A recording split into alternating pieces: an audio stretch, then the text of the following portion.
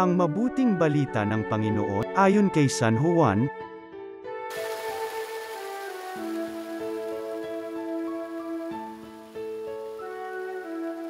Noong panahong yun, sinabi ni Jesus sa kanyang mga alagad, "Kaunting panahon na lamang at hindi na ninyo ako makikita, at pagkaraan ng kaunting panahon pa, ako'y inyong makikita uli."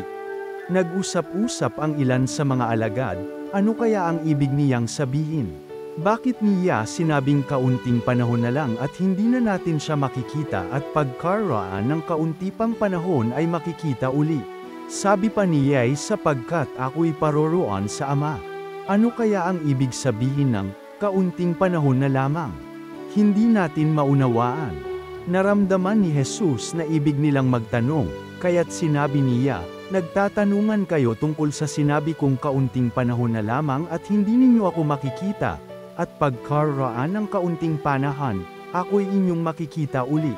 Sinasabi ko sa inyo, tatangis kayo at magdadalamhati, ngunit mag-agalak ang sanlibutan. Matitigib kayo ng kalungkutan, subalit ito'y magiging kagalakan." Ang mabuting balita ng Panginoon.